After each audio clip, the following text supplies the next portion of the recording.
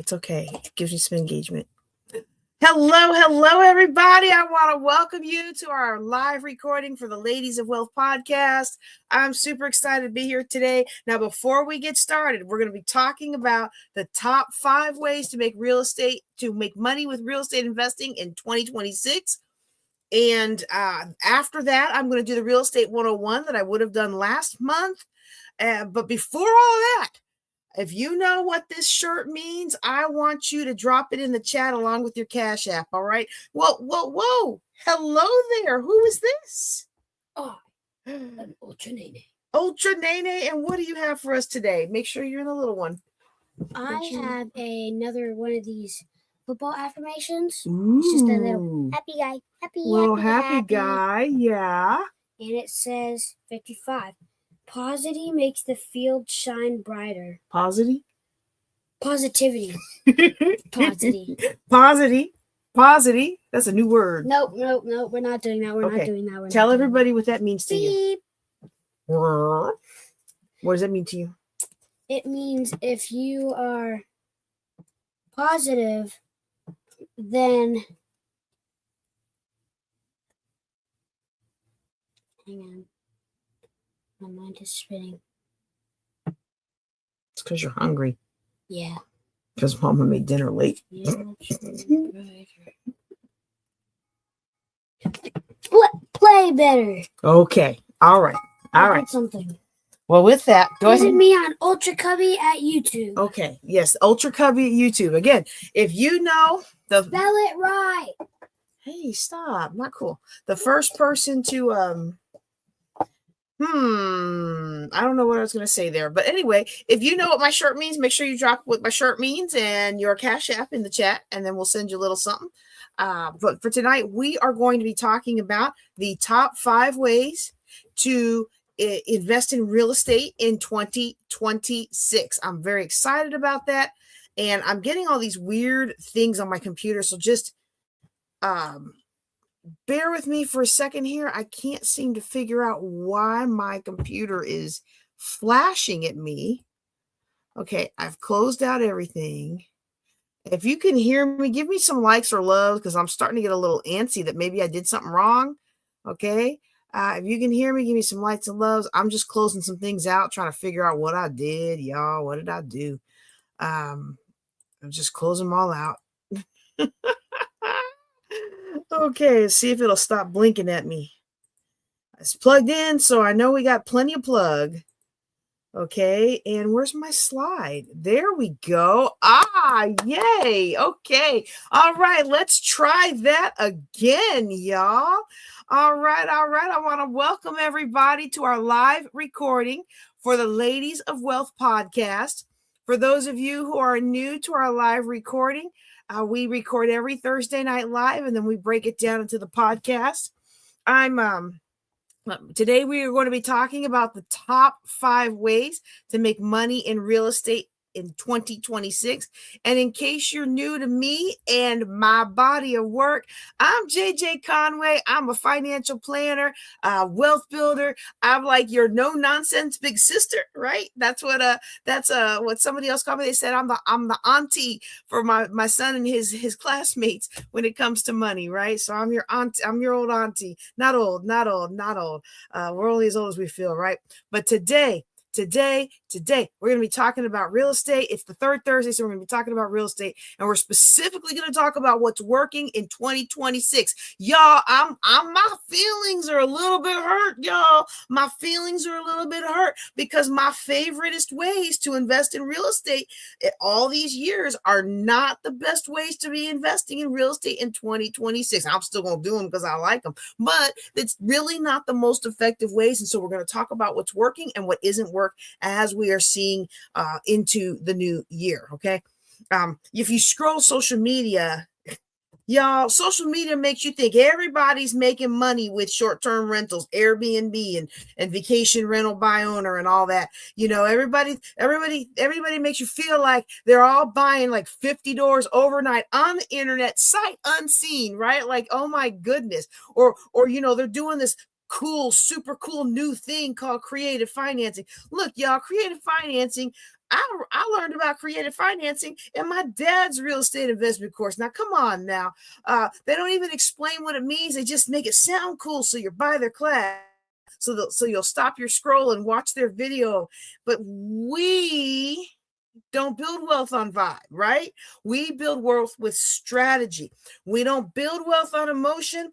We build wealth with strategic thinking, with visualizing and planning, and still having fun, but strategic fun. All right. So today I'm going to walk you through the 5 most popular real estate strategies that investors are using right now. And more importantly, I'm going to explain why they're working in this season with this economy and with the situation we are in. Okay. Now, before we jump into those strategies, I want to level set everybody. Okay. 2026 is not what we thought would be. Okay. And it's also not where we've come from. There's no more pandemic panic buying. All right. It's very hard to find zero interest money. We're not going back to interest rates being 1.9%, 2% again for a while. Okay. This isn't what was projected to happen with the housing prices skyrocketing. They were starting to, but the interest rates kind of curbed some of that. All right. What we're seeing right now in 2026, early indicators for 2026, we are actually seeing more inventory in many markets, which means that investors as buyers have more negotiation power. Okay. But it also means that the banks and the lenders are doing what we call tighter underwriting. So they're not making as many exceptions as they might be, because right now so many more people are a risk. So this is an interesting thing. The prices are stabilizing some. Okay. The interest rates are coming down a tiny little bit. Okay. There's more and more inventory. So that means there's more houses on the market longer. Okay. But people are struggling. People are struggling. They're having a hard time buying retail properties. They're having a hard time getting loans. The interest rates are astronomical. Now. If you are my age or older, and yes, I am older than I look. If you are my age or older, you remember when interest rates were way more than they are right now. Like when I bought my first house, y'all, that interest rate, I forget what it was, like 10%. It was a lot. It was a lot, but we were so happy. Me and Phil's father, we were so happy to be in a house because neither one of us had ever lived in a house before.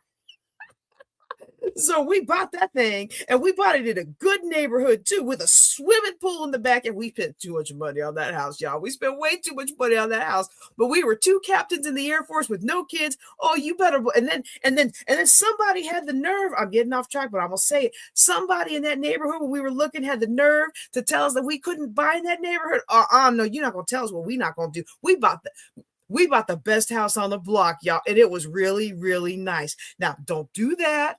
Don't let your emotion dictate what you buy. Don't let your ego dictate what you buy. You're going to hear that a lot tonight, okay? Don't let your emotion, don't let your ego dictate what you buy. And please, sir, please, ma'am, do not buy the biggest house on the block unless you just want it, because it was a nice house. I ain't even going to lie. I had a whole fitness center. I had all my stuff, all my books. I had, them library wall. Y'all, loved it. Okay, anyway. People are having trouble buying property, but there's property to be bought. So what's happening is it's creating a better situation for real estate investors who know what they are doing. It's not a good situation for reckless investors who went and took a quick class off of YouTube. I went to YouTube University. We brag about that like it's such a big, wonderful thing. But you know what I hear when I hear you went to YouTube University? I hear you learned the hard way. You got a little bit of insight from somebody who polished off all of the things they did for social media. And instead of spending $1,000 to bring somebody in who knows what they're doing in the market you're investing in, you lost probably $10,000 or $20,000 because you went to YouTube University. And I know, I'm broadcasting to YouTube. I love YouTube University, but I don't want you to play funny with your money. I want you to do things strategically, okay? We're going to talk a little bit more about that. Right now in the market, the investors who are making money, they're being disciplined. They're not just willy-nilly out there, and they're not being desperate. I have seen a rise in desperate investors. Okay. I've seen a rise in desperate investors. Oh my goodness, the good deals have dried up. And as soon as something halfway decent come along, they just snap it up, even though they're almost paying retail price, even though it's got mold and who knows what else going on. Look, y'all, buying an investment property is like dating somebody. Don't just take the first piece of man that comes along. All right. You want to be strategic about that thing because you want to end with more money in your pocket, not less. All right. Ooh, y'all, that's a sound bite. I need to extract that. Okay. Real estate investors in 2026, they're not generally just chasing one magic hack. Okay. So there's a couple of strategies that right now are working in a slower, somewhat more negotiable market, okay, and they are looking for ways to get around the financing friction that a lot of people are experiencing right now. The financing friction of it's harder to get a loan, the loans cost more, and the policies have made it even more difficult, okay? And so when you look at we're going to talk about some investor surveys, both of RCN, I think it is, and Bigger Pockets. When you look at the data and what active investors are actually talking about every day, there's 5 of the 20 that I usually talk about at the beginning of the year. There's 5 methods that are really rising to the top right now. And so we're going to talk about those strategies. Now, let me pause for a quick second. I'm going to talk about all of them after I talk about these 5, okay? Because these 5 is what I was supposed to talk about today. And all of them I was supposed to talk about last month, but y'all might remember my auntie passed and I skipped a couple lessons, okay? So I went home and then I extended my trip and then I lost my wallet. So no, that wasn't happening. I could have taught a class, but it would not have been my excellence of quality, all right? So, what we're going to do is we're going to talk about the strategies today. And if you don't know what they are, stick around because I'm going to cover them all as we record for the next episode. We're going to do that after we talk about the top 5 strategies. All right. So number 1 in the top 5 strategies that are working in 2026 is landlording. That's where you buy and hold a rental. You buy a property, you hold on to it, you rent it out, and it makes more money for your pocket. Okay. That's what it's supposed to do. If you do it right, that's what it's supposed to do. Okay. Right now, if I had to pick one default strategy of 2026, it's still buy and hold. Okay. And so there was a RCN Capital winter 2026. Wait, let me make sure I say this right. Okay. There was an RCN Capital winter 2026 survey. Okay. And they surveyed all these investors. So we're going to refer to that survey a couple times. All right. Buy and hold for rentals was the most common primary investing type people were looking to do. So you're going to want to buy it, rent it, hold it. Okay. And so this is very popular because right now cash flow matters. Now we had some frenzy years where everything was just, going up and up and up, and people were banking on appreciation. Others were banking on the market crashing and then being able to snap up a lot of things. But right now in 2026, what's most important is cash in your pocket. That's why I like being known as the queen of cash flow. I am huge on making sure you have more cash in your pocket. I don't care how expensive or luxurious the property is. If you are losing money every month, unless you are out of debt with a paid for house and you have money to just throw away like that, I don't want you losing money. Now, if you make $100,000 a month and you're losing money on a $60,000 home, well, okay, but you really shouldn't be because you should have just bought it. Anyway, we're not shooting shoulding on people around here, but I just, okay. Anyway, smart investors right now are looking for income. They're leaning back into cash flow as conditions improve, which means you got more inventory in the market, and then you got more negotiating room for the investor. Okay. The rates are starting to ease a little bit, not as much as I'd like, but bigger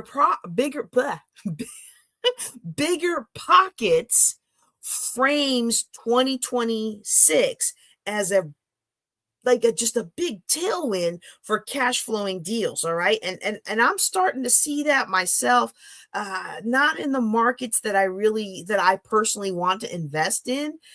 It's still difficult for me to make a cash flowing deal. And it's like, if I can't make a cash flowing deal, I'm not making it. All right. So what strong investors in 2026 are doing, they are really making sure they understand their vacancy rates and incorporating that. One of the biggest mistakes an investor makes with buy and hold properties is thinking, oh, if I do all this stuff right, I'm going to make $100 of cash flow every month.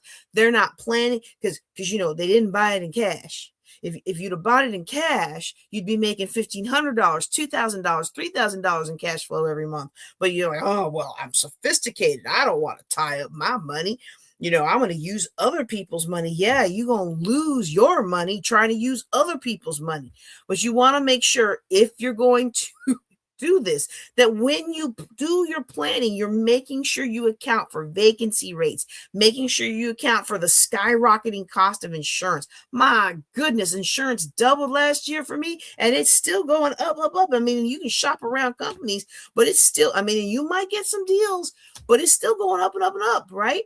You also want to budget for realistic maintenance. These are the three biggest things that I find that investors don't plan for. They look at the deal on paper and they think, oh, I got $500 every month going in my pocket. You have 1 month of vacancy, that's $2,000. That's like 4 months of profit. Poof, just gone. Okay.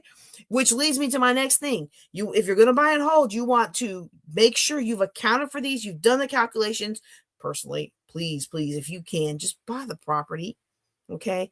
Just buy it. Use your 401. I'm not your 401. Use your self-directed IRA or something like that. Okay. Anyway, make sure you're really accounting for vacancy. Make sure you're accounting for insurance. Make sure you're accounting for actual maintenance costs, and make sure you're planning for them to go up and up. Okay. And because of all of that, I really want to emphasize having reserves. I remember, was it 2 or 3 summers ago, we replaced the air conditioning in my house and 2 of the investment properties. And those investment properties, y'all, that money goes into my IRA. I can't touch that money yet. I am older than I look, but I'm not that old yet. And I was just like, oh, Lord, have mercy. And so, to go through the process takes a little while. And if you want to get something done, on a 104, 110 degree day, you got to just get it done. And so there's, definitely want to have some reserves on hand. We are not doing emotional investing. We are doing mathematical investing. The math is not hard. What's hard is keeping our emotion, our frustration, our desperation out of our real estate investing. I want you to say it with me. I am not going to invest emotionally. I'm going to invest strategically. All right. And if you want stability, you got to have a foundational strategy that's going to put money in your pocket and account for the ups and downs and the ebbs and flows of the real estate market. Okay. If it doesn't cash flow, you shouldn't close. I like that. If it doesn't cash flow, somebody put that in the chat. If it doesn't cash flow, you shouldn't close. All right. Ooh, yeah. All right. That's our first strategy. It's the top one listed in the surveys of a couple different investor sites that I did, and the RCN is it Central, the survey that they did amongst all these real estate investors. Okay, so that's number one. The number two kind of surprised me. I kind of wonder if this is what people were doing, but they're slowing down. Okay. But it's actually flipping. I'll be honest with you. I was surprised. I was surprised that flipping was still high up on the list, but actually 33% of investors are still flipping. It's still alive. Here's the difference. Sloppy flipping is out. Sloppy flipping is out. We see that 33% is the 33% of surveyed investors cite fix and flip as their primary strategy. But the thing is, it's the tone. While flippers are somewhat more optimistic, the conversation is about the tighter margins. You're not making as much money in the flip that you were making before. You've got higher holding costs now. And because of those things, you really need cleaner buys. I don't know if some of y'all have been with me for a while. Y'all might remember like 10 years ago, I was like, you know what? I shadowed one of our investors for a day, and every one of her properties ended up needing about $50,000 to $60,000 of repair. The one that looked good, they needed to redo some rooms. The one that didn't look so good, they needed to strip down to the studs and rebuild. But both of them were like 50, 60, and another one was 60, and another one was 70. I said, you know what? I'm gonna cut this even. I'm just gonna estimate 60, and that's what I did. Just estimated 60. I was like, okay, I'm just going to assume I'm going into this. I don't always know what I'm doing. I'm still inexperienced, but I'll tell you what, if that lady's been investing for 20 years and almost all her properties, it's about 60,000 when it looked good or didn't look good, I'm just going to assume $60,000 worth of repairs. And I'm going to make my calculations based on $60,000 worth of repairs unless I see something that really drastically needs more, or one of my mentors is able to come with me and they see something. That worked great 10 years ago. That does not work in this economy. We really have to tighten things down so we can have a cleaner buy. You got to buy below the market. Okay. You got to buy below the market. You cannot, if you're going to flip a property, honestly, I feel this way about buy and holds too, but especially with the flip, you got to buy below the market. You cannot plan on appreciation. Okay. During the height of COVID, all the properties were going up, up, up, up, up. And we were recommending if you think you're going to need your cash from your property in the next 5 years, go ahead and sell it just to be safe. Now, for a lot of people, that was very good advice. There are some people who are in markets that still continue to skyrocket in cost, like where I live right now. That would not have been good advice. But a lot of people in larger markets, I mean, those prices have come down 25%. So, I mean, if you had a $500,000 house and you sold it then and made $500,000, you might have tried to sell it last year or the year before and only made $400,000 or $375,000. Well, right now it may be climbing back, but it's not climbing as fast. And so you got to buy below the market so you have some profit margin, and you got to be accurate with your budget. This is not a season for real estate investors to go on YouTube University and go buy their first deal with no experience and no mentor. I'm telling you that right now. I normally don't push stuff that costs money. Okay. I like people to do things as cheaply as possible. And I'm a big fan of free 99. The biggest thing I usually tell people, pay $20 a month to be part of a good real estate investment group, right? This is not the time to be free and cheap on this. You want to go grab somebody who knows what they're doing so they can mentor you, so you can buy below the market, get a clear estimate of the budget that you're going to need, and be able to exit that property quickly. The ones who are succeeding at flipping in 2026, they are treating it like a business, not a hobby. All right. They know their after repair value. They know their rehab numbers. They know their holding costs. Holding costs. This is something people forget about. You're renovating that property, but guess what? You got to pay every month. If you didn't buy it in cash, you got to pay interest. Even if you did buy it in cash, somebody's got to run electric. I learned that the hard way with the first rehab I did on my own. I had the contractor show up and they got ready to work, and they're like, we have no electric and no water and no nothing. And I was like, ooh, I wasn't trying to pay for all that. And never mind. I'm not going to say what I was about to say because I don't want that soundbite on the internet. Unless an investor already has some significant experience in that market, whether or not you've done real estate investing, maybe you've done a property appraisal, or maybe you've done home repair, or maybe you're a general contractor or something like that where you have some experience. Unless you already have experience, I'm telling you right now, so wise investors are not listening to the ego tell them I can do it all myself. Instead, they are not afraid to bring in a more experienced real estate mentor. That $500 that you pay for a mentoring fee could profit you $50,000 or more in a deal by showing you what to do, and more importantly, what not to do. Ooh, y'all, I still remember I ended up keeping it. I was intending to flip it, but I ended up keeping it. I still remember the first time I paid some. This was years ago, and $200 was a lot of money. It still kind of is a lot of money, but it's not a lot of money in the real estate mentorship game, right? But I remember when I paid somebody $200 for her lease and to walk through my property with me. I'm telling you, she saved me thousands of dollars because she knew what I didn't know, and she knew that market intimately. And so flipping can still create strong returns. But right now in 2026, flipping rewards discipline. You need to be disciplined. Skip the drama. Skip the glitter and the gold and the glitz and the glam, and do what has to be done to get that property turned around quickly to a retail buyer so you can make your profit. Okay. All right. Strategy number 3 on our top 5 strategies is wholesaling. Now, y'all know I love wholesaling. Let me fix that up. I don't love wholesaling. I don't think I'm particularly great at wholesaling, but you know what I am? You know what they say, those who can't teach? Great at wholesaling, but I am very good at teaching wholesaling. And you know what else? I love wholesalers. I love people to find me deals. And wholesaling is still a top method.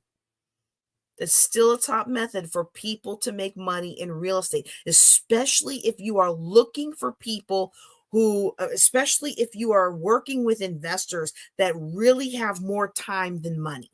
Okay. And if you are a person who really needs to make the quick money and you don't have a whole lot of money in your pocket, wholesaling is for you. Okay.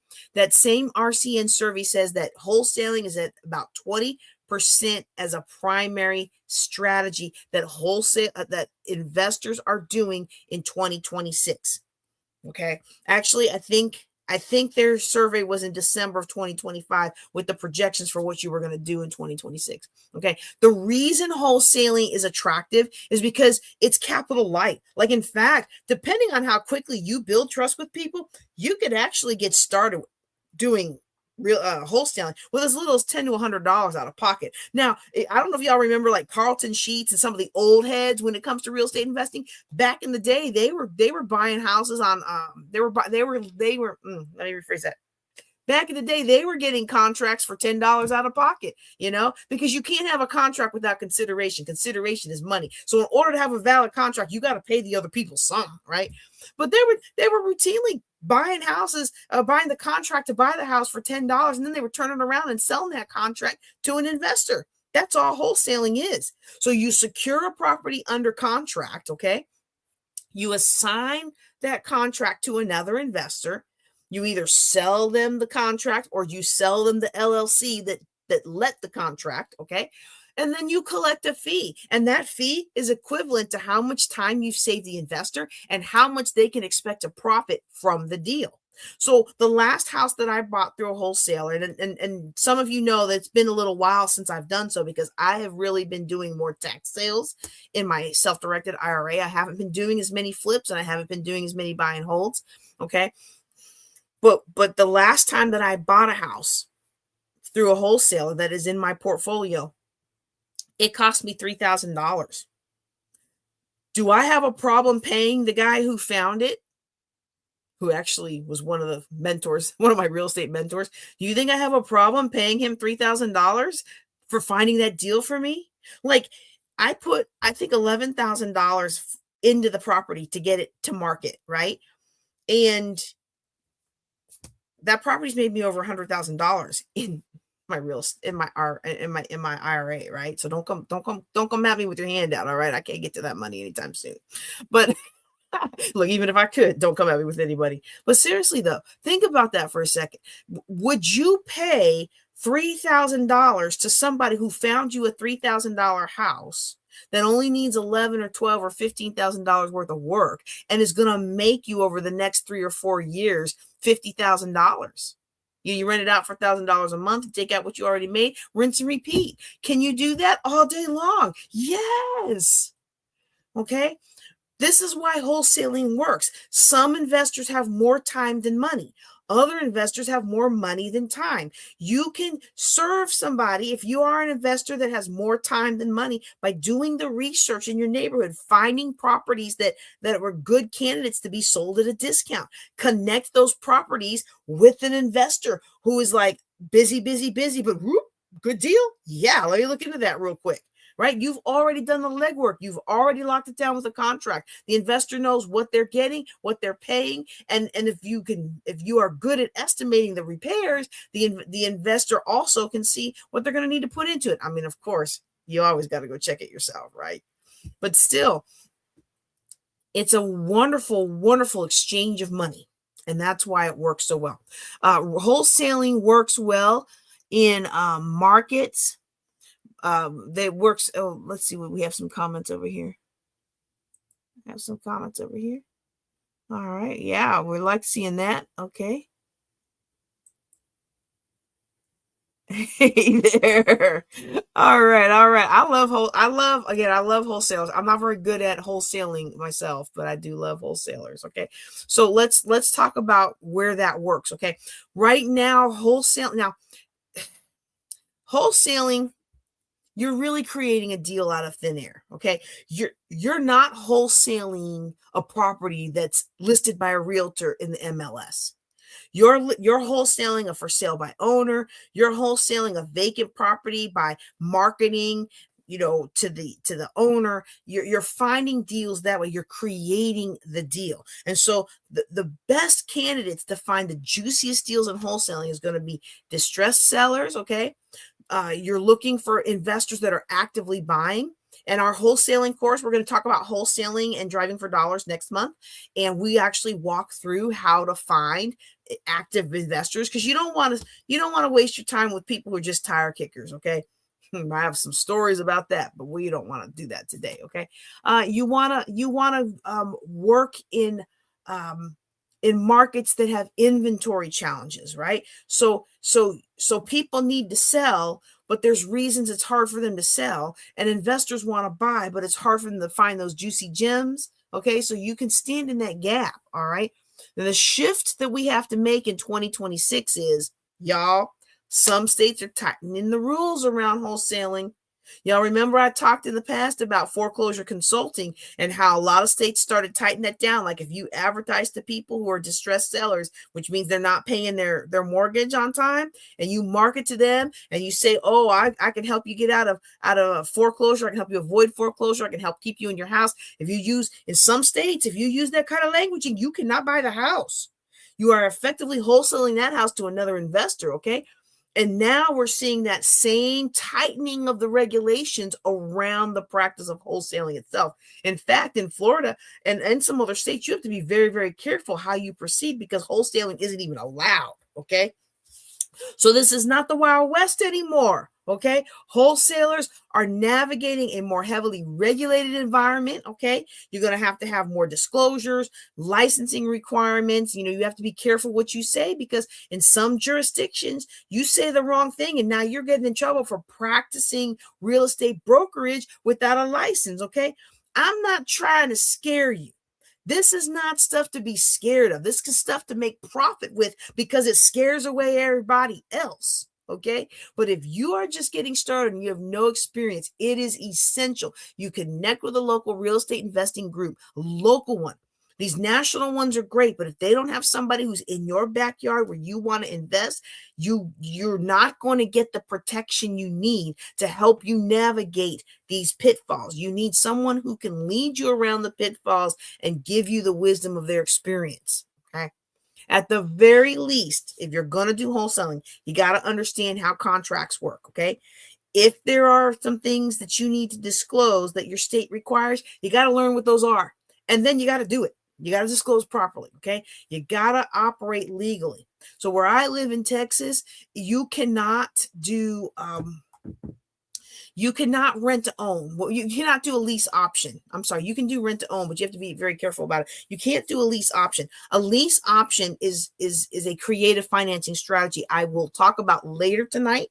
And if you're listening to this on the Ladies of Wealth podcast, check the next episode, okay? Or the one after that. I don't know which of the 2 episodes it'll be on. But that technique, you can only have them on a lease for 6 months, or you have to put them on the deed. And a lease to own a lease option is not the same as owner finance. See, owner finance, you're buying the house from me. Lease option, you're leasing it from me with the option to buy it at a predetermined price to help you plan. That's 2 different animals, right? In Texas, is like, you too many cheatings, too many cheaters, too many cheats. I don't know the right way to say what I'm trying to say, but too many people were getting scammed. All right. And so you have to understand it. So different investors do it different ways. There are some investors that I know here in Texas who they only do 6-month leases. There are other investors in Texas who use other creative strategies to get around that, but still be legally compliant. Okay. And so all those things, like when I moved here, I was across the border in Louisiana. Louisiana does real estate differently than Texas. I got my start in real estate investing in Maryland, and then I moved to Virginia. Every state is different, and every parish or county is different. Every jurisdiction is different. Every country is different. Okay, some countries you can only buy the property for 99 years, then it goes back to the state. Ooh. All right. Wholesaling rewards hustle and systems. Understanding your pricing, understanding what needs to be done in the property, having a system to have properties come into your database, as well as having investors to come to your database, and a way to connect them together. Those are the systems that you need. It's a wonderful, wonderful technique, but your integrity in this area is non-negotiable. We are too cute to be in jail, right? So let's do it the right way. All right, that was strategy number 3. Strategy number 4. I can see I'm getting late on this one. I really thought I could do this one in 25 minutes. So if you're listening to me as part of the Ladies of Wealth podcast, if I don't break this up into 2 episodes, please forgive me. I'm getting better about having shorter episodes, but I don't know that I want to break this one up because it's such a good topic, okay? I'm getting better, though. Just pray for me. Just pray for me. All right. The strategy number 4, y'all, I got a love-hate relationship with this one. It's called private lending. Private lending can be really effective for certain ladies of wealth and a few good men who are in their wealth era. You've worked really hard. You've got these retirement funds. You've provided for yourself, and now's your time to enjoy what you have. But at the same time, you know, because you're wise, that you should still be aggressive in your investing, even in your retirement era, right? And so private lending is actually having a moment in 2026. Who knew it would be having a moment? But yes, because what private lending does is it delivers the loans and the money that's needed for people who can't traditionally get them in this economy. And the reason that people who are in that phase of life where they have the money in their IRA and they're able to direct it in however they want, the reason it's great for them is they're basically like sitting on a capital stack, right? I've got this one out, this one out, this one out, this one out, this one out. And they're not dealing with rehab. They're not dealing with contractors that don't want to respect them because they're women. They're not dealing with tenants and toilets and 3 a.m. calls. Okay. So they're still making money on their money. And it's working right now in a economic situation where traditional financing is not only more expensive, harder to get, but it also takes a longer time. Private lending can get in there as quick as both parties can move. Okay. Bigger Pockets community conversation on 2026 private money trends. It basically talks, there is a steady demand for private money, for flips and rentals and what they call the BRRRR method. Now, Bigger Pockets, and I got a blog on Bigger Pockets. I'm very happy to be a pro member on Bigger Pockets. I really love the website and the advice and the connections I made on Bigger Pockets. But we disagree a little bit on this strategy. Their BRRRR method is buy, rehab, rent, refinance, and repeat. Okay. And so I gotta go on record on just saying, as much as I love Bigger Pockets, I'm not a fan of the refinance of part of the BRRRR method, because I, as a financial planner, I see too many investors get into big trouble with all these loans, especially when multiple properties come up vacant at the same time. So for those of you who don't understand the method, what they're basically saying is, you buy a property, you rehab it, get it up to retail value, you rent it out at retail rates. Now you've got it rented. You take that lease, you go to the bank, you refinance, you pull your money out of that property. Now that property's got a loan on it. You take that equity that you had in it, now you put that money on another property. And then you repeat. You've put that money on another property, you rehab that property, you rent it out, you go take that loan, that lease to the bank, and say, hey, let me refinance this. And now what happens is, you got a whole bunch of properties daisy chained together based off of your initial input of cash, which some people use from private lenders. Some people, like us, when we got started, we took out a home equity loan. Remember when I said I was $800-something thousand in debt? About 120 of that debt was consumer stuff, like credit cards and vehicles and stuff. The rest of that was all those daisy chain properties together. And I do know people who have made big money in real estate using that method. But I know so many more who ended up in the dire straits that I ended up in. And I don't want anybody to go through that when you don't have to. Okay? I don't want anybody to go through that when you don't have to. So I am not a big fan of that method. I see too many investors who get in trouble with all those loans. Still, private lending, time-tested real estate strategy. It's currently being highlighted in multiple market outlook pieces, and they're all emphasizing that there's an opportunity here in this private real estate private real estate credit, because what's happening is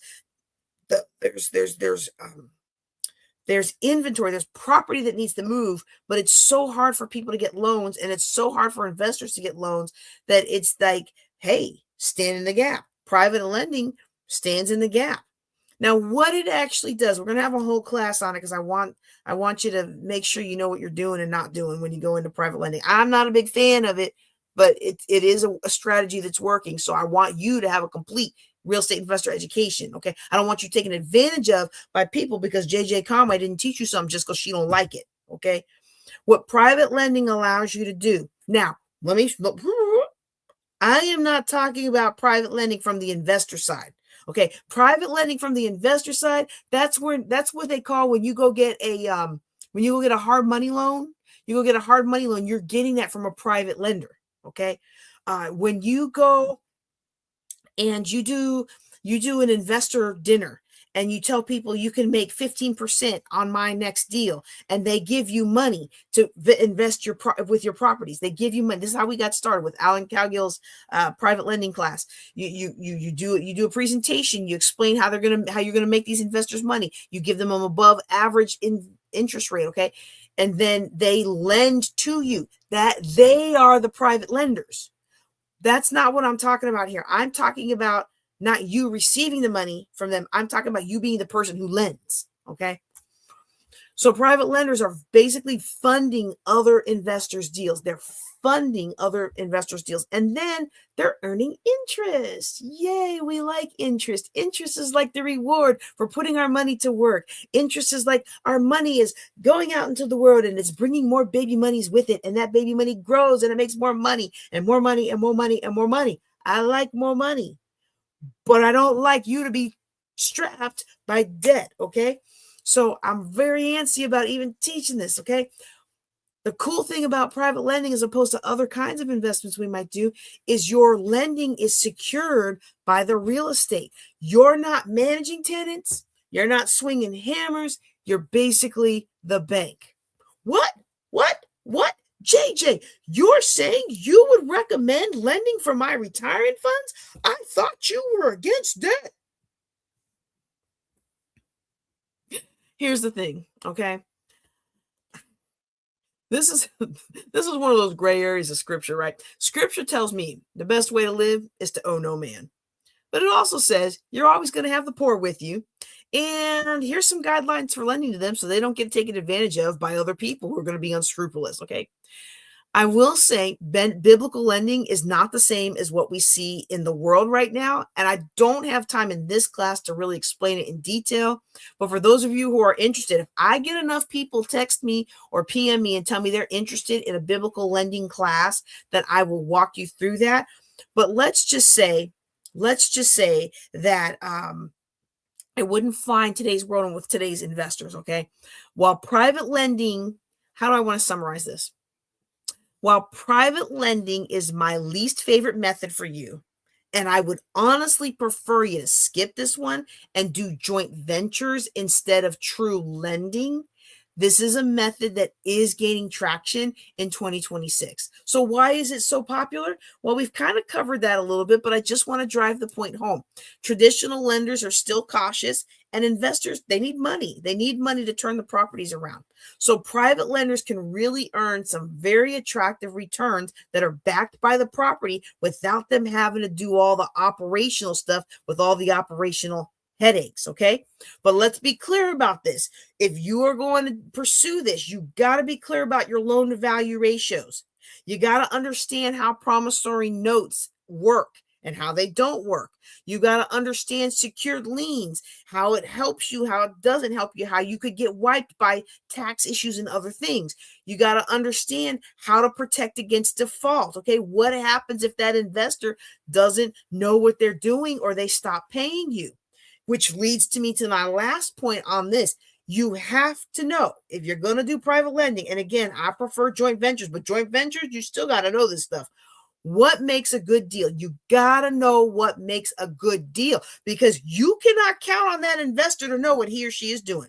They might get up and have a wonderful presentation. They might make it sound like they are just amazing. And we always do this and we always do that. And they ain't even done one deal yet. I have sat in people's investor presentations because we were all part of the same investor group and we supported each other to fill the room. You know, there's nothing worse than an empty room. So we all supported each other by filling the room. And I listened to the lies that people tell to get their money, to get other people's money out of those pockets. Okay.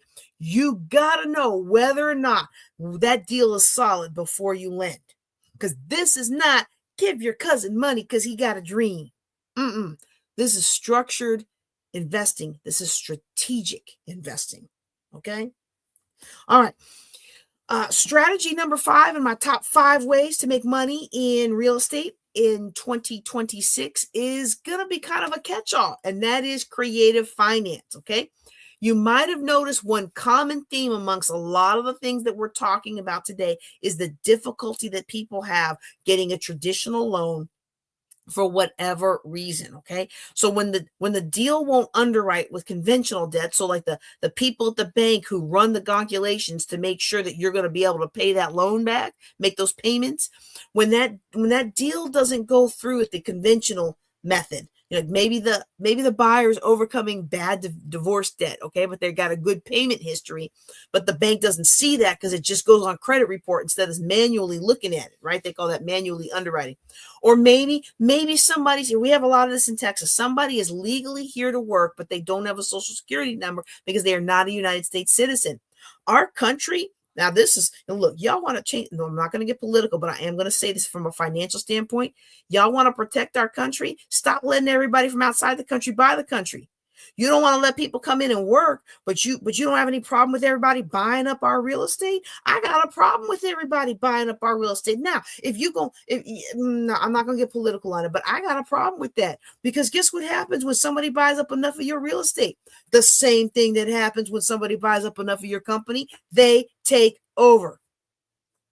And do I still have it here? No, I don't think I have it here. I think I took it to my office downtown. I got a book that talks about a specific demographic whose plan is to buy and use the laws that allow them to slowly and generationally take over our country. And I'm like, wow, I've already seen them taking over cities.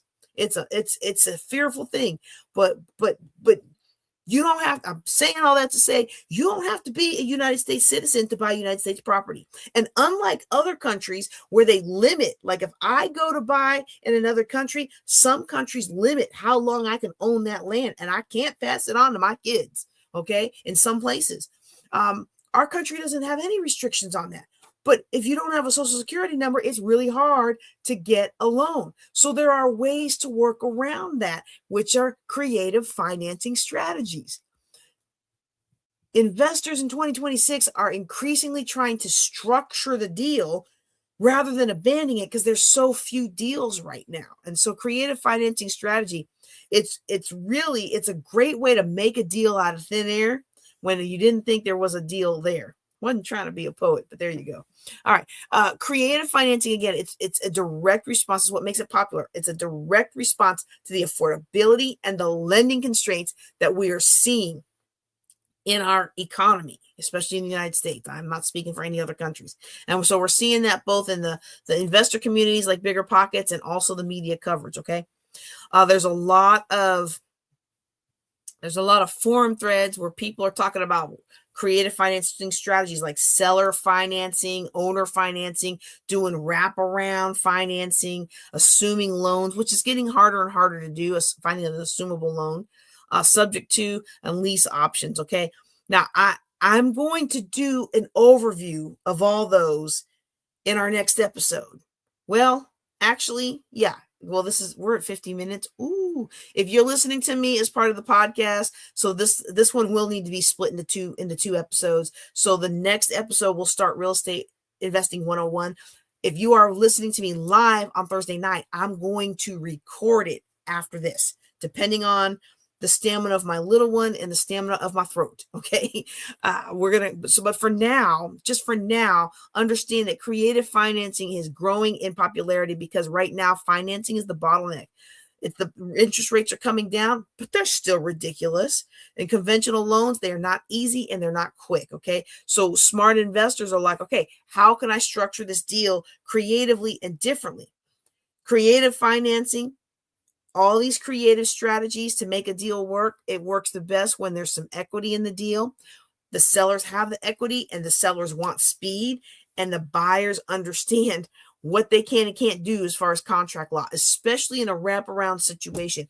Now, again, we have a whole class on creative financing because to me, it's the sweet spot for a lot of investors who are in situations like I was in when I got divorced and I had all that debt. Me and my ex-husband got into this thing where like I couldn't refinance him I took all the property except one, and I took the bigger ones because I had the job and he wasn't working. He had just gotten a job, but he hadn't been working for very long. In retrospect, he probably shouldn't have been working at all. He probably shouldn't have got that job till after the divorce was final. Anyway, sorry. Anyway, but you know what? That's that ego again. That ego. You know what? His ego cost him a lot of money. Anyway, okay, let me reset. Okay. There was no way I was going to buy a property. There's no way I was going to be able to qualify for us. I couldn't even qualify to unload that house. I couldn't qualify. I was supposed to, part of our divorce decree was I was going to refinance him out of that house. And y'all, I've stopped saying that I'm completely out of that $800,000 debt because of this house. But when I was filming and interviewing before, I always had a contract on it. I was gonna owner finance it to somebody, and then they would back out, and then this happened or that would happen, and just real life situations. Nobody was at fault or anything, but it was just like a constant thing. And I kept thinking, well, by the time this airs, that house will be sold, and I will be completely out of debt. But I couldn't sell it. I couldn't refinance it. The only thing I could do was owner finance it. So when you're in a crazy situation like that and you've got a buyer who's in a similar situation, they pay their rent on time every time for years, but they can't qualify to go get a loan. It's a perfect marriage for a creative financing strategy. But you got to understand what you're doing. And I'm going to say this both as I'm a financial planner, but I'm not your financial planner unless you are my paid client, okay? But your auntie, and for some of you, your pastor, all right? If you don't understand what you're signing, do not sign it, okay? Because some of the biggest scams in real estate history come from this segment of funding called creative strategies. Creative does not mean careless. And if you're interested in a creative financing deal, bring it to our group coaching every first Tuesday. Bring it to a discovery or a private coaching with me, and let's talk about it, okay? Whew, that was fun. That was the top 5. Now, here's some that didn't make the top 5, but I still think are worth watching, okay? One is note buying. This is where I eventually want to get to. I want to get to where I can help people while also helping myself. So it's a win-win-win situation. Like I'm able to buy a note that someone that's not performing for someone else or for a bank. So that takes that bad debt off theirs. I can restructure it for whoever's in the situation to make it more affordable for them. And then I can profit for how I restructure it, because now instead of not paying $1,000 a month, they're willing to pay me $750 a month, right? So for me, that's a win-win-win, and I love the win-win-win. Okay, and so, but it's not right now. What I'm seeing in the investor chatter is that it's just the pricing and the dynamics. It's just not where it needs to be for the bulk. Okay. Which means if you've already been doing it, I wouldn't stop doing it, because you probably got some solid relationships and you're probably able to get the good deals when they come along. Okay. Another one that's surprisingly not as strong as I would have thought was apartments and commercial. Still huge categories, but in order to be the most popular things, that's something that a lot of investors are doing. And apartments and commercial right now, that really is going to depend on your level of investor sophistication, like how experienced you are, how nuanced you are, how connected you are to be able to navigate that commercial space, those apartment rules and regulations. It's also going to depend on your access to capital and your investment landscape. So what I mean by that is, where I live, commercial and apartments are going strong. In other markets, not so much. But where I live, if you put up an apartment, it is almost immediately rented out, because we have a big college here, and that college is growing and growing and growing, and there's a need for housing. There's really a need for single family housing as well. But there's a lot of let me see, how do I want to say it? The community has disincentivized people from building these single family homes that we really would need to grow the community, because we're still lagging in growing our infrastructure. So that's why the apartments, and I don't understand why the apartments are better than the single family houses. I'm still learning all that stuff, right? But that's just the market I'm in. Okay, other markets, commercial is. In fact, I was back in one of my markets that I love to invest in, because I know it so well, and I can invest it from a distance because I know it like the back of my hand. I was just happened to be out there. I go out there every couple of months just to check on things and renew all my business licenses and all that stuff, and pay my taxes and all that stuff. I've noticed so many commercial properties are practically empty. Like if you were interested, now's the time, and you had cash, now's the time to get in there and swoop them up. Okay. But it's just not it's not profiting the most for the inexperienced investor in 2026. Okay. Doesn't mean it won't work for you, especially since the last one in the bottom of my list is actually one of my favorites. I got my feelings hurt. I got my feelings hurt that this was off the top 5 list. In fact, it was on the things to avoid list in the survey. I was like, tax liens, tax sales, and in Louisiana, tax certificates. This one is cooling off, but honestly, I still like tax sales, especially if you live in rural or small towns where it's different. How do I want to say it? It's hard to get people to sell to you. Can I say it like that? In a small town, when you go into a larger market, everybody's dollars are green. You make an offer in the name of an LLC, people aren't taking the time to look up who you are. Do you have the financing? Do you have the terms that seller needs? Is the LLC already made? Done.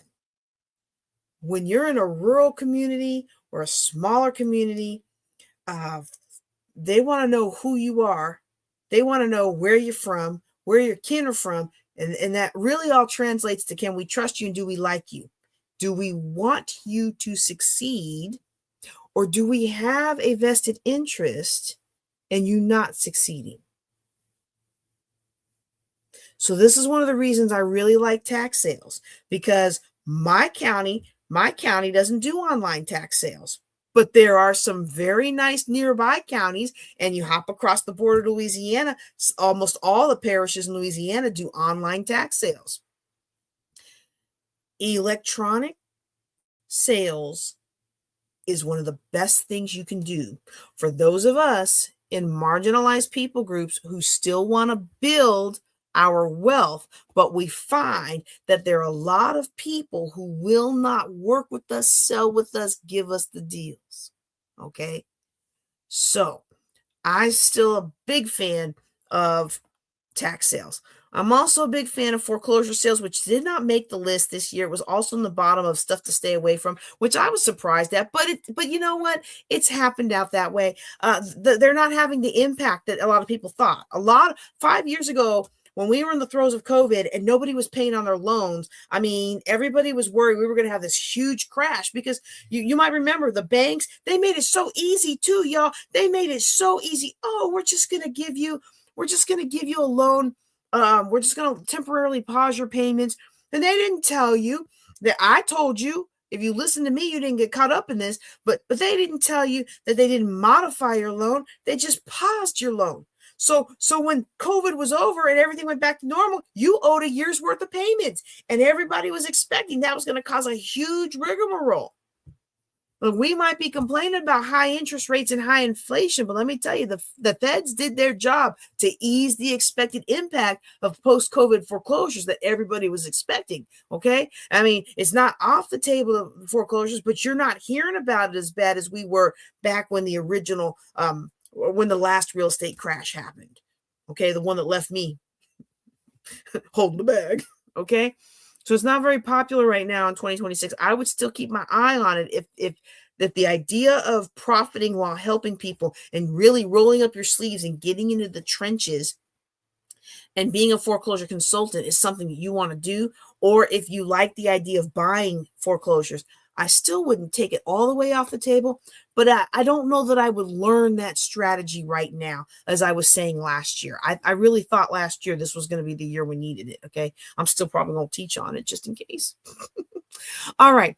So overall, everything that I'm saying about the top 5 ways, to make money in 2026, what I really want you to hear, the theme of this year is to really structure your deals. We're not speculating. Okay. We're not planning on appreciation 20 years down the line. Okay. We're looking at cash flow over clout. We're not investing to brag on Instagram. We're looking at math over momentum. Okay. If I have deals that are making money, that's the deal I'm going to do. Not this showboating, this ego stroking that a lot of investors get caught up in. Okay. The people building wealth right now, they're not chasing trends. They're looking very carefully at their cash flow, their expected cash flow. They're looking very carefully at all the different variables, vacancy, maintenance, things like that go into profiting from real estate. They are building and maintaining cash reserves so that when something goes down, they can take care of it. Or so that when a great juicy deal pops up, they can just dump some cash on it and close quickly. That's still, oh, do I have my pen? I don't have my pen. I'm going to make some more of them. The Cash is King pen. So if you want one, send me a message. We'll send out a message if you're subscribed to my group. cash is still king. Cash has always been king. Jesus is Lord, but cash is king when it comes to real estate. All right. And so you want to be strategic about your real estate in 2026, and you want to choose a lane, get good at it, get mentored at it if you need to be, and rinse and repeat. Okay. Wealth is not built by dabbling. All right. It's not built by playing around. It's not built by emotion, getting rah-rah, going to the back of the room and spend money you don't have on classes you're never going to listen to anyway. It's built by discipline and repetition. Rinse and repeat. Okay.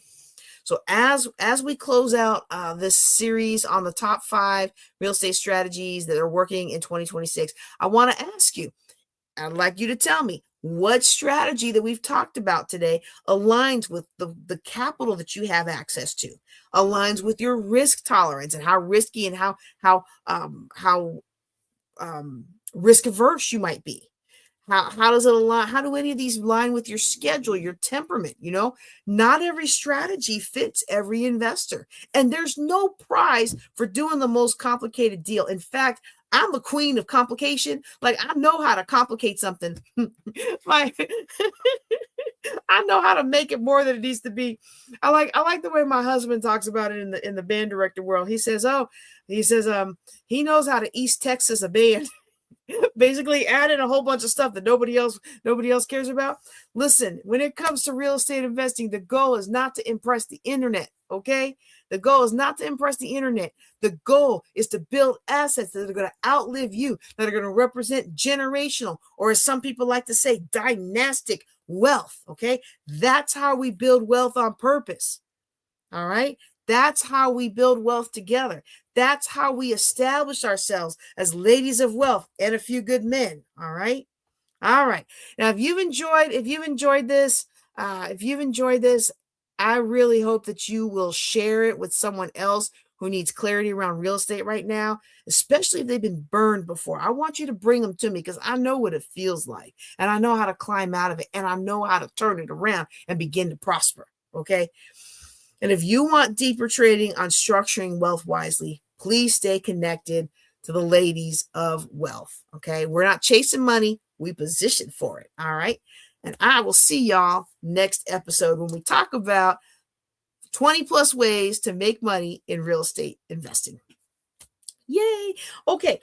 If you are watching me live, Thursday Night Live, I'm going to take a quick break to just get a drink and stuff, and I'm going to call up my slides for the Real Estate Investing 101.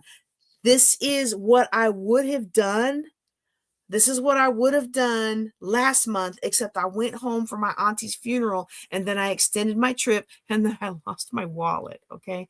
And so that's what we're about to do. I'm going to call up the slides.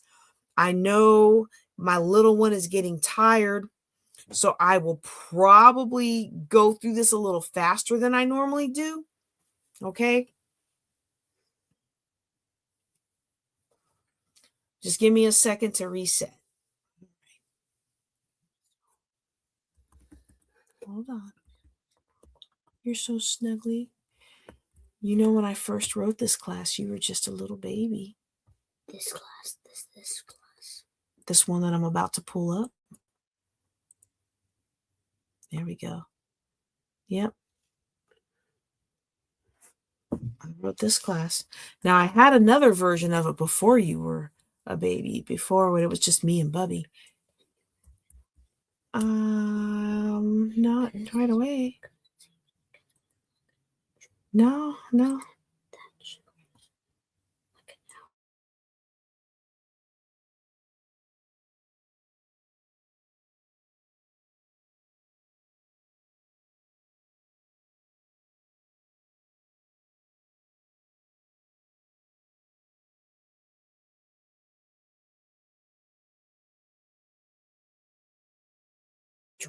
For those of you just joining us, I am about to get my little one settled for bed, and then we're going to go into debt-free real estate investing. We just finished our top 5 ways to make money in real estate in 2026, and now I'm going to do an overview of all the different ways that I recommend people get started in real estate investing. Just give me about a minute.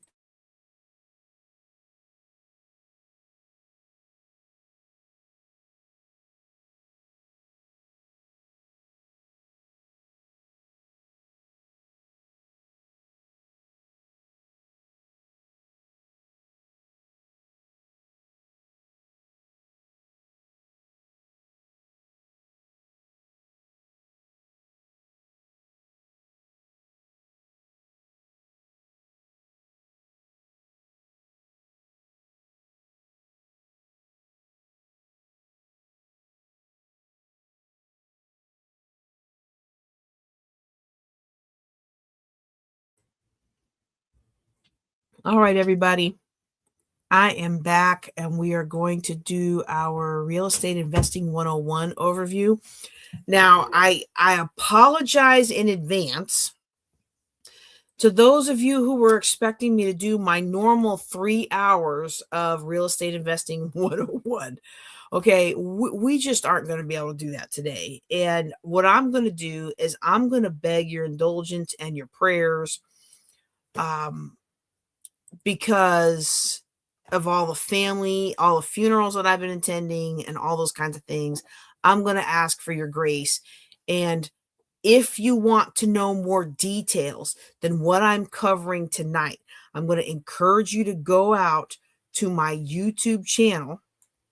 Okay. I'm going to encourage you to go out to my YouTube channel and watch last year's version of this. It hasn't changed that much. Okay. The only thing that's changed in our training is that we have new announcements because we have new speaking engagements coming up. Okay. And so I think my little one might want to snuggle. So I'm just going to double beg your indulgence. If I can get back to the StreamYard screen, let's hide that. If I can get back to the StreamYard screen, I'm going to, oh, that's why I couldn't get to it. I was clicking the wrong thing. I'm just, let me just come on. Okay. It's just been a crazy season and my little one wants to snuggle. And so I really, that's not going to look cute. I can still teach, but though some of y'all remember when he was a baby, he would cry and cry and I'd have to pause the class and go get him and then nurse him. And I'd be nursing him. And then he would just snuggle and sleep. I guess he's just used to that. But I'm going to keep the slides on. If you want to see my smiling face, teach this. If you want more details, go out to YouTube. The last 2 years I've taught it, I think it was like 2.5 to 3 hours. Okay. And so we're not going to do that today. But if you are interested in the longer version, we can get you the longer version. Okay. If you have a question, I can get you into our group coaching and why does my, okay, as I was saying, we can get you into my group coaching, and I just realized instead of the group coaching, it's the link for Finally Write Your Book, which is one of my oldest classes and most successful classes that I have. So all this time I've been advertising it, and I'm not going to change it because you know what? It's late. Yeah, I appreciate y'all so much for being with me on this journey. And if you're listening to me as part of the Ladies of Wealth podcast, I appreciate you for being here. I'm going to try to get this down to one episode, which is really tough because usually I take like 3 hours to teach it, but I'm going to just hit the high points. Okay. And if I can get to my slides, let's see if I can get to my slides now. Okay, here we go. Some announcements. If you're not familiar with the class, I use this class as a fundraiser for our Global Youth Initiative. So if you screenshot anything, if you really like the class, please send us a donation, even $5. Not only are you helping us, but you're actually creating a shift in your energy. Okay, you're actually creating a shift in your energy with regards to money. When we let go of money and we let it go to bless somebody else, our hand is now open to receive. So you can PayPal, Cash App, you can Venmo, all of those things is Queen of Cash Flow. That's me. Okay, I do have 2 quick announcements today. We are I don't know how to say it. We've had some copyright issues, so the podcast has kind of been paused for a couple months. It's like there's always a reason to pause it, right? But we do have episodes that have been built. I just try to push them out, but we're trying to get the music and all the stuff correct. But you can now go out to ladiesofwealth.com and click on apply, and you can be on the podcast. Also, I want to give you 2 calls for speakers. We are going to have a Ladies of Wealth one-day mastermind in the end of May in Houston. It's going to be the weekend of 30 May. The time and the day, whether it's Friday or Saturday or Sunday or however we're going to do that, is to be determined. Okay, it's most likely going to be Friday, or it may be a shorter session on Saturday. but I'm kind of leaning towards a full day during the workday on Friday. Well, we will see. Okay. That's going to be in Houston in May, the weekend of the 30th. That is an in-person only. We are not accepting speakers virtually for that one because we really want to build that intensity with people in the room. Juneteenth is going to be in Tulsa. I just signed the contract for one of the rooms at OSU Tulsa. The main conference will be Thursday, June 18th. We will meet and greet for something fun on the 17th that evening, Wednesday evening. Friday, June 19th will be the Black Veterans Brunch, and then participating in the Tulsa Juneteenth festivities. I already submitted my thing to sponsor the event that Tulsa is already holding. And as many of you know, we like to dovetail with the events in the town that we're in. And this one just happens to wonderfully fall perfect alignment with our conference. So I'm very excited about that. If you're interested in speaking at either one of these events, go ahead and email your speaker one sheet to queenofcashflowusa@gmail.com. We are going to begin soon our first Saturday of every month classes. We are negotiating the rent for a training center here in Stephenville, and we will still broadcast, but we are going to start doing the in-person, in-depth workshops like we used to do back when we were in Louisiana. Okay. I think most of you know who I am. One of my big things that I really care about with real estate investing is that you invest in debt-free methods. I don't like people to get caught up in debt the way I did when I started real estate investing. Okay. Real estate investing is one of the best ways to grow or maintain wealth in the United States. I'm going to show you 20 plus ways that you can profit from real estate investing, whether or not you ever even buy the house. Okay. So that's very exciting. Let me go ahead and call that slide up now. I've got on here, for those of you who are listening as part of the podcast, I've got 20 plus ways to profit with real estate. Those methods are bird dogging, wholesaling, lease to own, deal making, foreclosure consulting, subject to, virtual assistant, and ancillary services. Okay. I also have another column with foreclosures, short sales, note buying, apartments, commercial, tax liens, private lending, new construction, and ancillary products. The third column has land, flipping, landlording, and leapfrogging. Okay. And again, I am not going to go into depth on all of these simply because of the time. I thought when I scheduled this, in my brain, I forgot that I normally take 3 hours to teach this.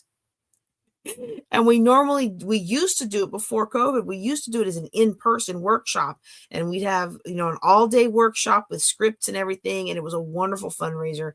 We're going to get back to that, but I just did not equate well. I did not manage my time well, and I forgot how long that this training normally is. Okay. For those of you who are listening to me and you're not seeing the slides, I encourage you to go out to YouTube and see the slide, because I've shaded in blue the ones that you can profit from, that are easier to profit from without buying the property. You can profit from almost any method of real estate investing without actually buying the property, but it's easier when it's things like wholesaling, bird dogging, foreclosure consulting, short sales or foreclosures or things like that. Okay. I've also highlighted in the next slide in green the ones that you can profit from, even if you don't have a lot of money to get started. And I'm going to list those again. It's the first column: bird dogging, wholesaling, lease to own, deal making, foreclosure consulting, subject to, which means subject to the original loan. Okay. Virtual assistant, and ancillary services. So now we're going to go and have a little bit of real estate foundation. And basically, the reason I like to start with this is because I want you to understand the why behind what you're doing. I don't want you to just understand the what. I want you to understand why. And so it's very, very sound wisdom to make sure that you diversify when it comes to real estate, right? That's what we want to do. We want to diversify. However, one of the things that we have seen is that real estate is an ethical and repeatable way to build wealth. By repeatable, what I mean is every time you do it the same way, you get the same results. Okay. And it's also something that's accessible. It's something that everybody can do. So some business ventures are very personality dependent.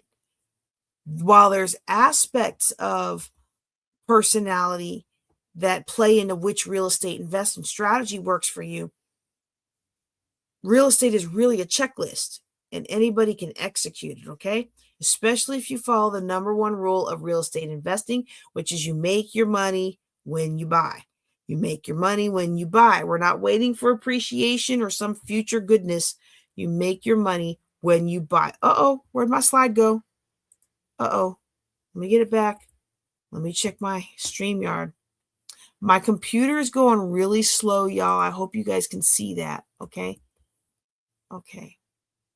Yeah, it's there. Okay. Let's go back to it. You make your money when you buy.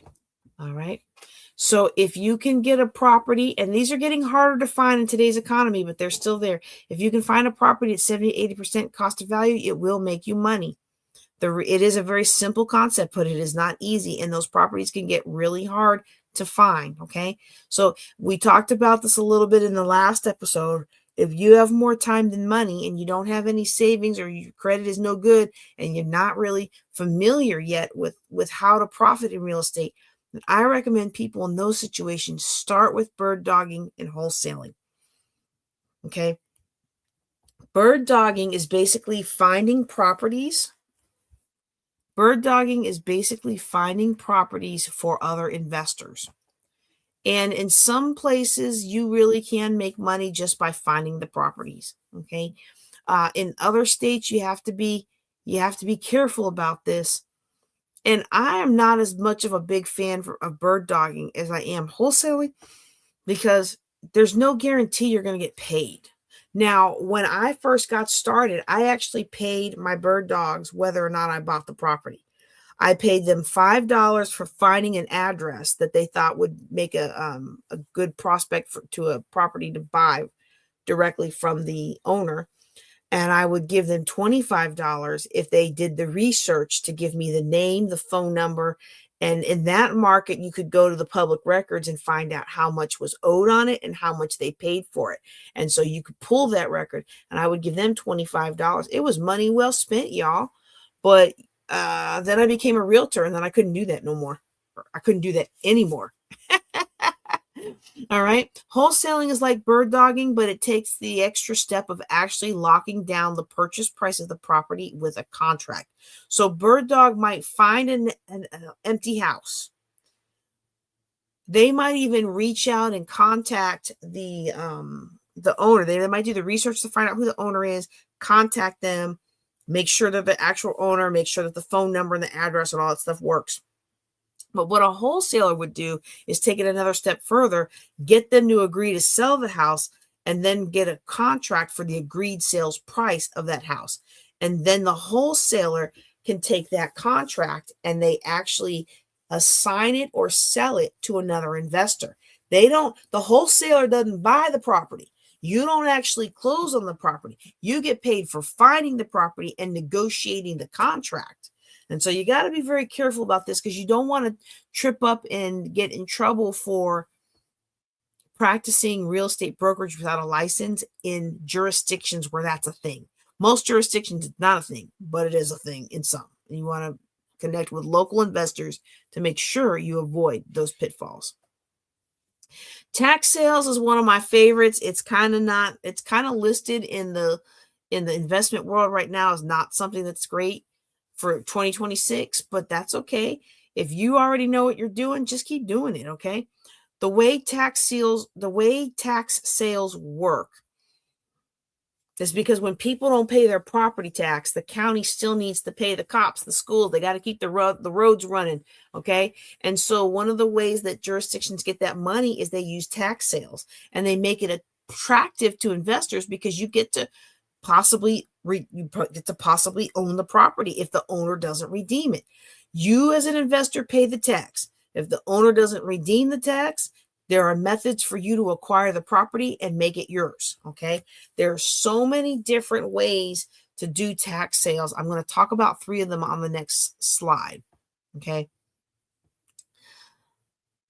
Tax liens in properties that do tax liens, when you pay the tax for that jurisdiction, you get a lien against that property. If the owner doesn't redeem, if the owner doesn't pay not only for the tax that you paid for them on their behalf, but also the legal fees and any interest that the county or parish is promising you, well, you can get that by foreclosing. You foreclose, so you're basically forcing the sale of the house so that you can get your lien satisfied. And if nobody pays for your lien, if nobody bids high enough to do that, well, now you get the property. What usually happens in this situation is if there's a mortgage from the bank will bid on it and the bank will buy the property rather than let you wipe their primary mortgage. Okay. Another form of this is tax deeds. Okay. And so what you do here is you're actually buying the house. Now you first start off paying the tax. If you bid super high on it, you might pay a high bid premium for the tax, a little extra fee. And, but then you don't actually, you do get the deed to the house, but then you get, I got them mixed up here. Actually, I say that I take that back. I don't know if tax deed states always do a high bid premium. Tax lien states do a high bid premium in states where you bid on a purchase price of the house. So you're going to pay the tax now, but later on, you end up paying the county for more of the house. So that there's nuance there. I'm sorry. I'm not going to go into all the details at this moment. Okay. But there are some nuances there. Let me make sure I cover Louisiana. Tax certificates, you get part ownership. So like a tax lien, I might get 24% interest rate and I get a lien against the property. Well, in order to get my money back, I got to foreclose. In a tax deed state, I'm getting the deed. The property's mine. I can evict after the redemption period. Okay. In a tax certificate, I don't necessarily get the whole property, but I'm not getting a lien. You're bidding in Louisiana. It's the only state that I know that does this. You're bidding how much percent ownership you want of the property.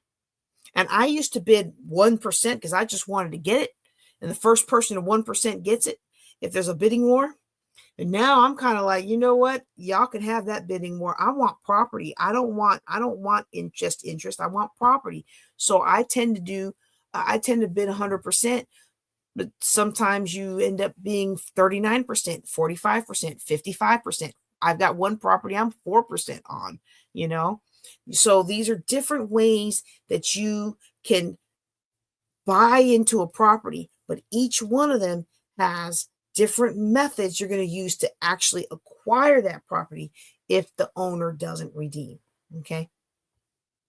New construction is just what it sounds like. It's a new house. Okay. And new house, new commercial center, whatever it is. There's 2 different ways that you can profit with new construction. The first one is not as popular as it was when I started out in real estate investing, because back then realtors weren't always associated with new construction. A lot of new construction back then was sold directly by the builder, or maybe they had a sales team. And what you would do is you would put your deposit on the property and then they would build it out. And as they were building it out, other people got attracted and wanted to buy in, and your equity would rise before you even closed on it. And so you might put $1,000 down, and then by time it's getting close to time for you to close on that property, they're almost done building it. Now the properties are $10,000 to $20,000 higher.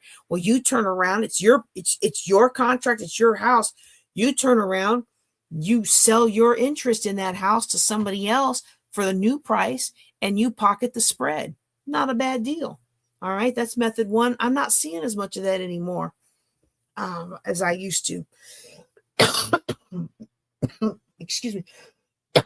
I'm not seeing as much of this as I used to. I am still seeing it with individual builders who build like one house at a time, one custom home at a time, and in a juicy area where, you know, it's a beautiful piece of land, and by the time it's built out, you can go in and you can really make some good profit there. But in today's landscape, this one's not even bubbling. It's not even on the list. It wasn't even on the list. It wasn't even at the bottom of the list. It wasn't even on the list for 2026. Okay. The other method with new construction is to hold it for rental. And I'm not mad at this if you have the money to buy it, because you're getting a practically new property, so your maintenance costs should be low. A new property is usually very attractive to renters. Okay. And, you know, in some markets, you're going to lose money on this. Okay. But if you can convert it to like corporate housing or something where the market rent might be $1,200 to $1,500 a month, but you turn it into corporate housing and now you're charging $3,000 to $4,000 a month. Well, you can pay that off really quick. And then you can put that, not pay that off, because I don't want you to buy it on debt. But I know somebody who did this in a series of just a couple of years. They ended up with 4 of these properties, and each one of them was putting out $4,000 to $5,000 a month. And what they did was they bought it with a loan. I'm not a big fan of that. They bought each one with a loan, but they used the money from the one that was paid off to pay off the next one, and then pay off the next one, and then pay off the next one. So it was kind of a snowball effect. Okay. Flipping, a lot of us are very familiar with. This is where you buy a discounted property, you fix it up, and you sell it. Okay. It's not as easy as they make it look like it is on YouTube, but it's also not something to be afraid of. Okay. As long as you know how to plan and account for things like Murphy showing up, you're good to go. Now, in flipping, I personally feel like you really need to be connected with a good real estate investment group, a solid investor network. For 2 reasons. One, you need trades that are going to give you investor discounts on actually repairing and fixing things and helping you get through that rehab if you don't have the ability to do it yourself. Okay. And then the other thing that you need is you need an end buyer to buy it, or a investor that you can sell it to them, not quite at retail prices, but at a little bit of a discount. But they would rather you take the brunt of all the work and give them a rent ready house, and so they're willing to accept less profit. Okay. I'm not going to go through my flipping example. If you would like to see this, please go through on look at my YouTube channel, and I show you the example of this house. And it's funny because I was in the middle of a real estate class. I think it was like the second or third time I had taught a real estate investing class. And I was going through and analyzing this deal with the person that was taking the class. And I didn't tell them it was my deal. But the whole class came to the conclusion that this investor overbuilt for this neighborhood. Yep, they sure did. And so that's when I realized, hey, instead of joint venturing with people, I need to just do it myself. But yeah, if you want the full story on that with the costs and everything, go out to YouTube at JJ Knows the Way and search for the Real Estate Investing 101. Okay. Foreclosures and foreclosure consulting is not expected to be a big hit in 2026, but it's still something to keep your eye on. Basically, when a lender is not getting paid, they can force the sale of the house to try to get their money back. That's what the foreclosure is, forcing the sale of the house. The sale of the house is actually not the bestest way to profit from a foreclosure. There's 3 phases of foreclosure. The first phase is when they're not making their payments, but the bank hasn't foreclosed yet. That's called pre-foreclosure. It's also called distressed sellers. That's the juiciest time. That's the biggest profit for your trouble. If nobody buys it during that time, maybe there's not enough equity, maybe there's too many repairs needed. The property will be sold at the auction. And then if the bank ends up buying it because nobody comes up to what the bank needs to get their money back, the bank will buy the property at the auction, and then the bank will turn around and try to sell it as real estate owned. Okay. And so you'll see those terms when you go looking to buy. Okay. Be very careful about foreclosure consulting or buying foreclosures. Be careful what terminology you use to advertise that you're looking for these properties, because some terminology can get you in jail if you buy the property and do what the states consider as misleading the client as to how you can help them avoid foreclosure. Short sales is when a property has too much of a loan on it for what it's worth. So when my father died, his property was worth about $31,000. Y'all, he had a $141,000 loan. $141,000. How you even do that? Like, I remember being so just like, oh my goodness, I need to make sure that the lawyer gets paid. And he was like, oh, don't worry about it. Don't worry about it. Well, uh-oh, can y'all not see that? Oh no, y'all haven't been able to see these slides? Oh, okay. Well, I'm gonna have to do voiceover. Let me see if I can fix it. Oh, I wonder how long it's been like that. Share screen.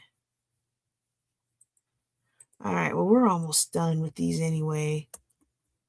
But that's weird because it told me StreamYard was still sharing it. That's so weird. I am so sorry, y'all. Okay. All right. Well, I'll just have to add it to the voiceovers. If I get a chance to edit it, I will. For those of you who are listening as part of the podcast, you get a benefit because well, that's actually not really, sorry. That's not a really good benefit. I was going to say, for once, y'all come out ahead of the people who are watching on YouTube, but I find it's two different audiences. So when I listen to podcasts, I don't turn around and watch them on YouTube because I'm driving a lot. Rural Texas, I don't do that. Okay, I listen. I don't necessarily watch even TV shows.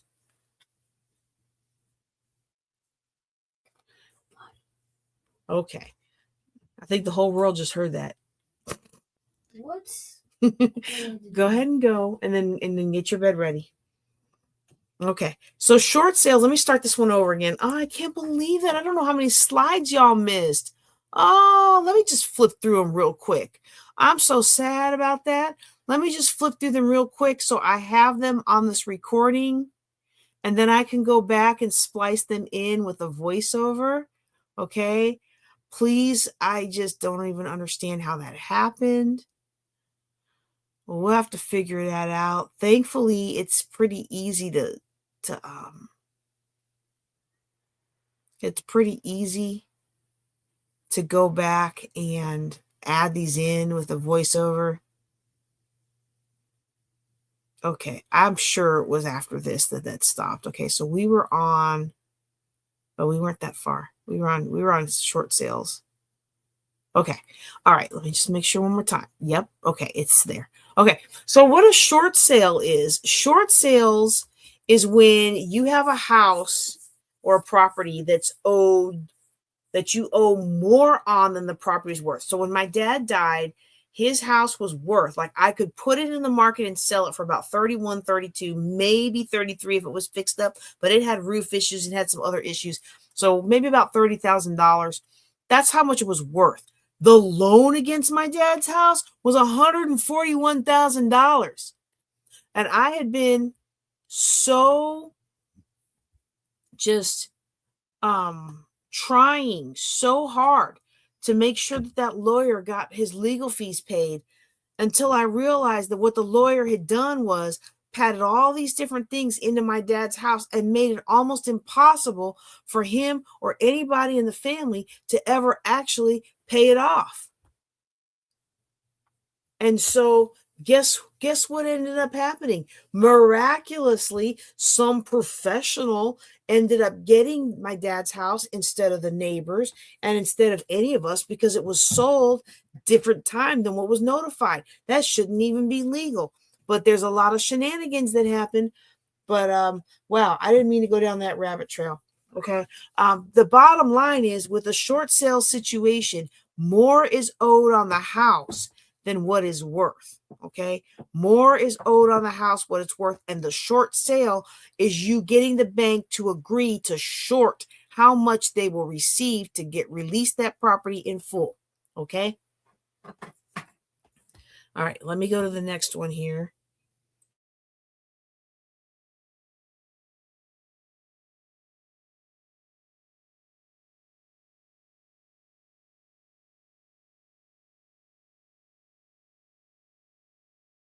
Oh, okay. You can just, okay. All right. Let's get down here. Okay.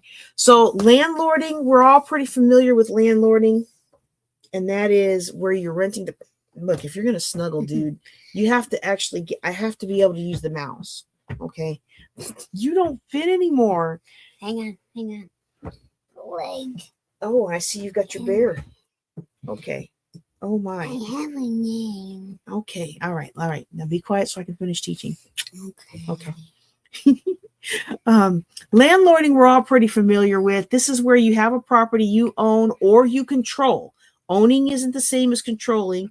And depending on your structure of your lease, you might be leasing a property, but you're allowed to sublet it.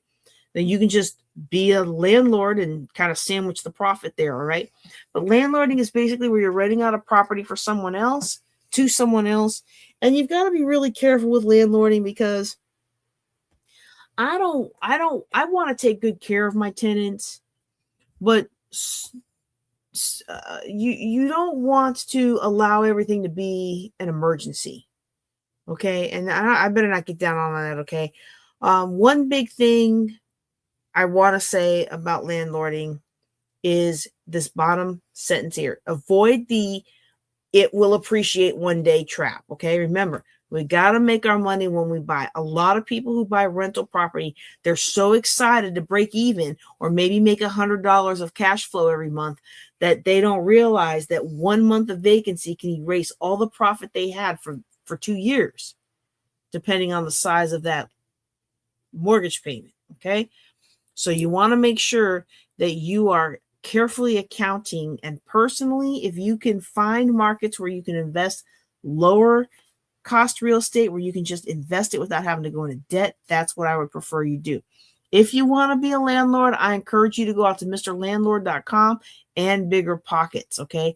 Those are two great resources for learning how to do landlording. Okay. You just like in any other real estate venture, you want to have those relationships with other investors and with the trades to help make your costs of running that property and renting it out more effective. Okay.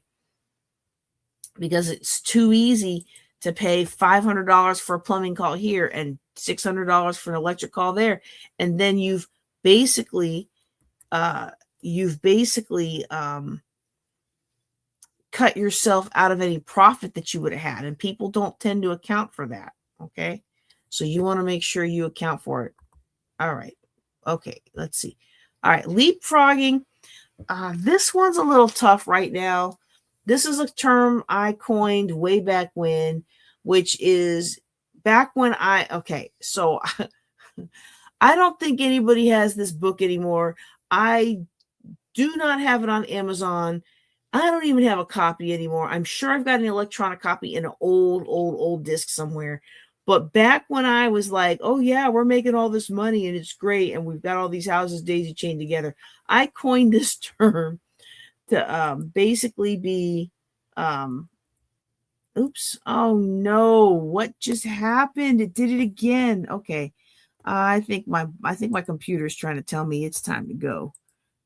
But this is the last one, though. You said it was last two, and it took two on the other. Well, it was the topics. I shouldn't have said the last two slides. I did, but I meant the topics. Leapfrogging is the last topic. Hold on, let me go back here and show. I can't do it with your head in the way. My head's not in the way. I can't see the screen. I gotta be able to see the screen. There you go. You can't do that to me if you want to stay here, sweet boo. And because that's probably what happened when the computer did that last time. That's probably what happened. What? When remember when it cut out my presentation? Mm-hmm. That's probably why. Oh, I don't know what it's doing.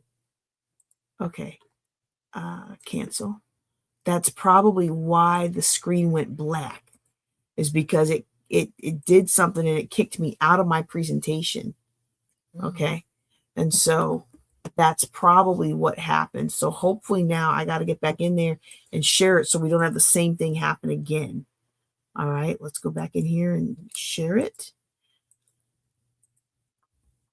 Yeah. There we go. Whew. The browser can't access your screen. Oh no, why?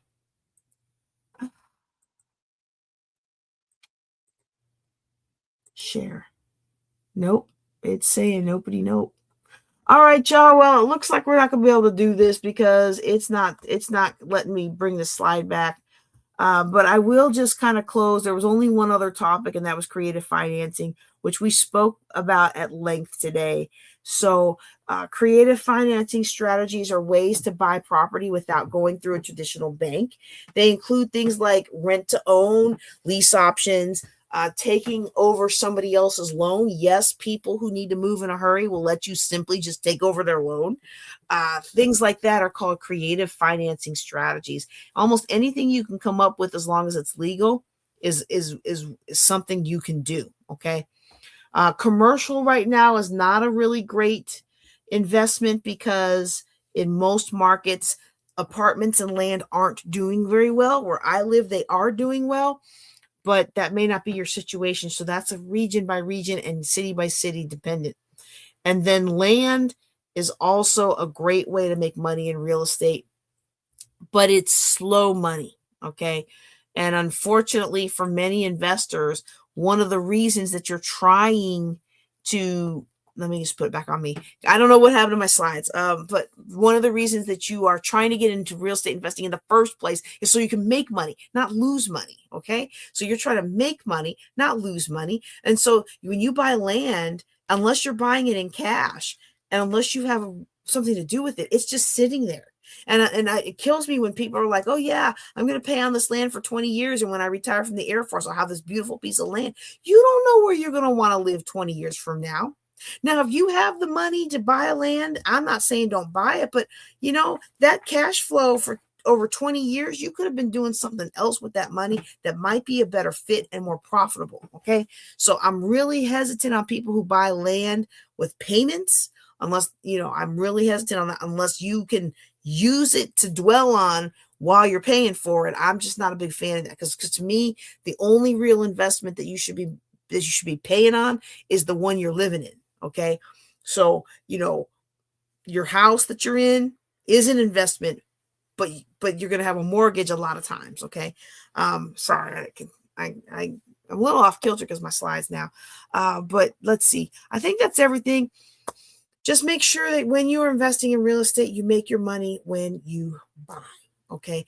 Don't get lured into these false traps of other people's money and daisy chaining properties together and try to do all these really cool, sexy, esoteric strategies. All right. Do look at the math and make sure the math works. And if the math is overwhelming to you, connect with someone like me. You can go to our group coaching calls every first Tuesday. You can submit questions anytime and I'll answer them when I have pockets of time and send you back a video with your answer. Like, get somebody in there on your corner, on your side to help you do this without falling into the pitfalls.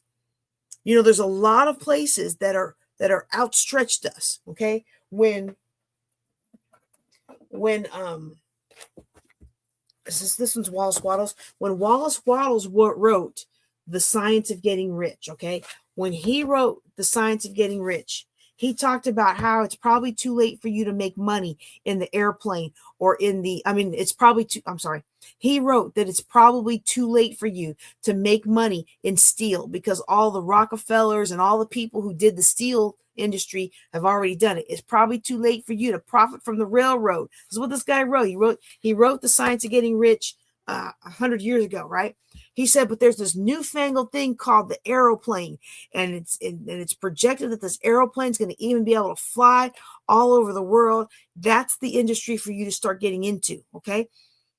There are industries right now. We've got crypto. Nobody really understands it. Very few people understand it. We've got AI. Very few people understand it. Those are blossoming new technologies that you could learn about. But let me tell you something that was around when he wrote that book, and something that's still around today, and it's going to be around until Jesus remakes the earth, and that is real estate investing. So if you get a little overwhelmed with all the AI crazy stuff, well, guess what? People who are running AI programs, they need a place to live. People who are running, the massive data centers and stuff like that, they need land to rent on. They need land to buy. You can be proactive. You can be and figure out where the land is. You can be proactive and figure out where you want to, where the towns are growing, where the colleges are up leveling, and build apartments or build single family homes. Or you can start quietly going and tax sales in small markets where people aren't really paying you much mind and the big investors haven't gotten there yet. You can go in there and you can make some money. Real estate has been here for ages. It will continue to be here for a long time. Now, if Jesus come back tomorrow, all bets are off, because you got about 7 years left, right? But real estate has been here for a long time. And if you're overwhelmed with other ways to make money, don't miss out on this one. Okay? Maybe everybody's not going to be an AI programmer here, right? You know, I really like Justin Burns' AI class. If you're on my mailing list, he's launching another summit next week. So I want to send you out something on that. You know, phenomenal class, because I don't know that AI is going to rule the world, but people who run AI definitely going to rule the world, right? And I want to be one of them. I want to learn. I want my children to be them. If the Lord delays is coming, I want my children to be in that. All right. But maybe that's not your thing. But real estate could be your thing. People are always going to need a place to live. Now we can talk about population and blah, blah, blah, blah, blah, blah. We can talk about those things and how to do it the right way, but it's something you can do, so that you already understand. And the math and the extra, you know, like if learning how to do AI is from here to here for you, well, you're already familiar with real estate. Okay. So real estate is just a little jump up. Okay. All right. I'm going to go ahead and close out for today. If you're listening to me as part of the Ladies of Wealth podcast, I want to thank you for listening to this episode. I encourage you to go back to the previous 2 episodes where we talked about top 5 ways to make money in real estate in 2026. And if you were listening live and you had that big blank of slides that I didn't realize weren't showing, then I encourage you to go watch it when we re-release it on YouTube as a podcast, because I'm going to go and splice in the slides. And I'm going to do the voiceover with the slides so you'll have the full picture. Okay. But thank you. I'm actually shocked so many of y'all are still on, because I was like, when I saw that big old black screen, I was like, oh no, I lost everybody. But you're still here, and I appreciate you so much. I hope this has been a blessing for you, and I hope that you all will take care and be blessed.